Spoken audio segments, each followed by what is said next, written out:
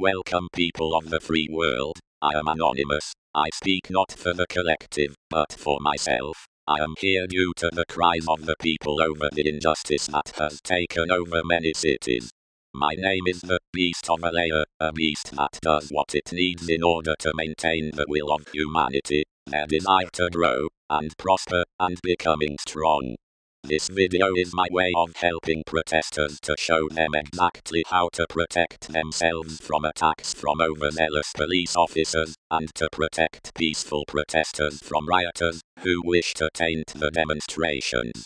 However, and I must stress this, I am in no way, shape, or form condoning the use of violence against officers of the law. You must only use what I teach in this video only to protect yourself, and or others. Another thing, protect stores and homes from violent rioters. This will help people to not view us in a negative way. United as one, divided by zero. Our strength comes from both numbers and adaptability. We use social medias and cameras to document what is happening in an unbiased way. In order to get the best of the worst, you must be ready to obey your most primal instincts. That is the flight or fight response. If you are not confident in your strength, I suggest you run, or maintain yourself at a safety distance, and document what is going on. First thing first. Riot officers are heavily armored to deflect blows as well as armed with riot gear, that is to say, flashbangs, tear gas, rubber bullets, beanbags and sandbags, as well as batons and tasers. So, what should you do if you are to be assaulted by them? The question, again, is answered by 2 points. Can you or can't you fight?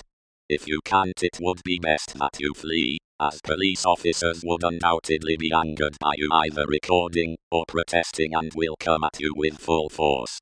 If you are confident in your ability to protect yourself and others, there are 2 ways you can defend yourself and others. Riot officers wear armor, and armor hasn't changed much over the years, save for the material that is made. I will show an image of a medieval armor and a riot gear. As you can see, though they look different, the similarities are overwhelming, especially if you wish to attack. You still can't see it. Very well, here it goes. The joints. Any armor has a weakness, and that would indubitably be in the joints. If the joints were to be protected, it would encumber the wearer's ability to move and use tools and, in this case, his weapons. Here is an image of the joints that you can strike to make the riot officers back off and, in some cases, take them down to buy time for yourself and others to flee for safety. The back of the neck, shoulders, underneath them, hinge joint, elbow, phalanges, fingers, pelvis, and the back of the knees. Those places are the least protected to allow range of motion. Also, you must be wary of their weapons. To avoid being flashbanged or gassed, wear appropriate gear, such as dark or tinted glasses, the darkest the better, as well as noise-cancelling earplugs, as flashbangs explode with a high pitch that incapacitates people for several seconds. Tasers can be circumvented by avoiding them. Localize and report locations of armed officers to avoid said areas. It is better to avoid than confront them. But should you find yourself in that situation, always use a phone book underneath your clothes on both front and back, as they always shoot those at dead center mass. The thickness of the phone book will make the hooks of the taser not hit skin and penetrate it to deliver the volts of electricity. It also absorbs the kinetic energy of rubber bullets, beanbags and sandbags. Though reinforcement of that defense will be required, it might mitigate the kinetic force, but you still will feel some of it. Second, physical blows.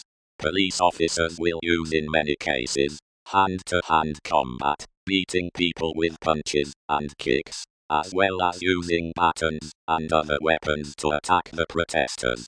For this I have a few recommendations due to my extensive combat knowledge, as I have been trained by ex-Spetsnaz and ex-Mossad operatives. I had fun learning diverse combat skills when I was a young kid, and they were very good at teaching. I also incorporated martial arts that I have learned along the way. First thing first, armor. While riot gear will cost a fortune, protecting yourself from blows is not. Shin and wrist guards from sport stores are a cheap and cost-efficient way to protect yourself. Headgears as well. Make sure that the plastic visor of any face gear has passed a stress test to see how much hits can it take before it breaks. It wouldn't do if it breaks and damages your face and eyes. Techniques. The best techniques to face an overzealous police officer who is actively attacking innocent protesters and/or bystanders, or rioters who are looting and stealing from people. The best way to attack is by tackling them from behind. The element of surprise is the best weapon. By tackling their legs you will make them be out of balance. They will fall down, and due to the weight of the riot gear it will take some effort to stand back up. In case that the element of surprise is not present, you can attack on the places aforementioned in the beginning of the video, using a knife hand strike, also called karate chop. Strike at the trough. You can make them choke for a while, and exploit the time to flee, and/or help someone.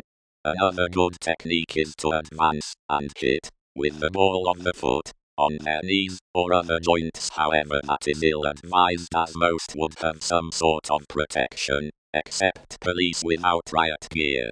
Also, a good way to go about the baton hits is using circular motion, by moving around the hits, as well as rather than putting resistance against the blow, turn your body towards the direction of the blow. That will mitigate most of the blow's power, thus only being minimal damage. Also, in case of you being mounted by an officer, remember to protect your face and head at all costs, as they will aim for that when dealing physical blows.